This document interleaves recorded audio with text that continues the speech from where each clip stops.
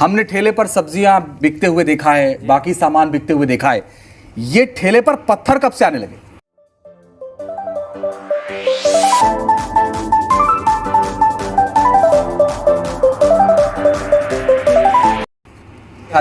आप बता रहे हैं, आप मैंने देख लीजिए ना सर, मैं बता क्या रहा हूँ। ऐसा लगता है जैसे वीडियो कहीं बन रहा है, जो सच है वो दिख रहा है। आप बता रहे, सुन लीजिए।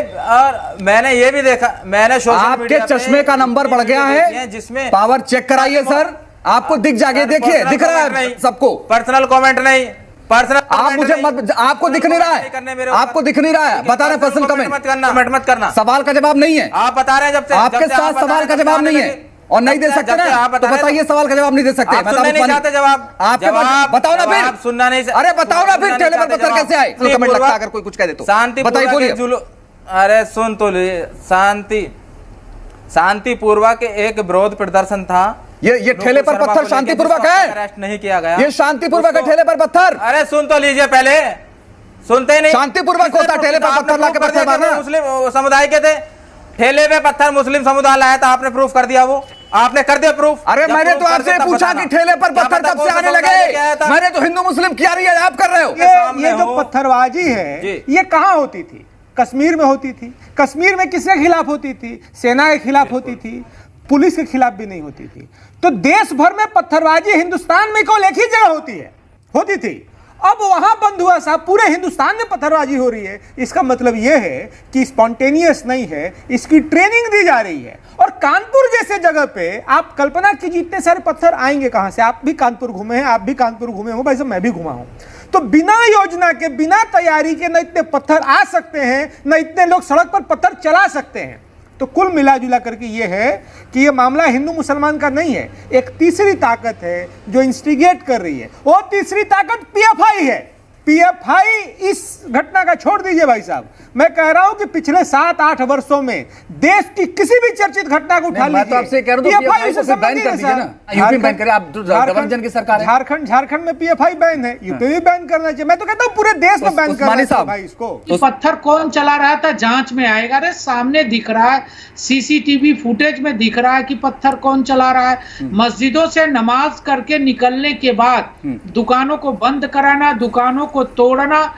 अंजीत जी, मैं मानता हूं कि आप किसी भी चीज पर प्रोटेस्ट करने का किसी को भी अधिकार है, लेकिन हिंसा फैलाने का अधिकार किसी को नहीं। पीएफआई इस केस में शामिल है और योजनाबद्ध तरीके से मस्जिद में इकट्ठा होना, फिर बाहर निकलना। जो सवाल मैंने बिना जी से किया था वही सवाल आपसे कर रहा हूं, बैन कर देना पीएफआई को। आपकी तो डबल इंजन की सरकार है, क्या दिक्कत है?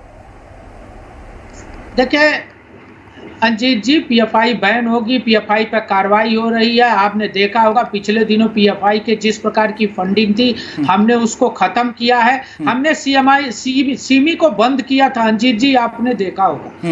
ये भी एक जाति विशेष के खिलाफ था, हिंदुओं के खिलाफ था।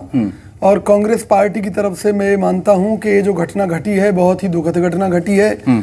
और इसमें कहीं ना कहीं जो देश विरोधी शक्तियां हैं वो शामिल हैं। इसमें पाकिस्तान का भी हाथ हो सकता है और इसके लिए जो स्थानीय प्रशासन है उसकी नाकामी भी जिम्मेवार है। खास तौर पर केंद्र की जो एजेंसियां हैं, चाहे वो आईबी है, चाहे रॉ है, वो सब भी जिम्मेवार हैं। क्योंकि ये एक नई घटना नहीं है, इससे पहले दिल्ली में दंगे हो चुके हैं, इससे पहले एमपी में भी इस तरह की घटनाएं हुई हैं, राजस्थान में भी हुई हैं। तो कहीं ना कहीं ये जो देश आज देश को जलाने की जो साजिश रची जा रही है वो भाजपा शासन में ही तो रची जा रही है। तो इनकी जो इंटेलिजेंस है वो जिम्मेवार है। जो मूल विवाद का वजह है वो है भारतीय जनता पार्टी की प्रवक्ता नुपुर शर्मा जी का बयान। जिस तरीके से उन्होंने कमेंट किया, एक आस्था को चोट पहुंचाने का प्रयास किया। ये कहना है मेरा, सुनिए मेरा ये कहना है, अगर कोई जिम्मेदार है उसके खिलाफ कार्रवाई हो, ये आपकी मांग है, ये आपका अधिकार है और मैं कह रहा हूं होना भी चाहिए।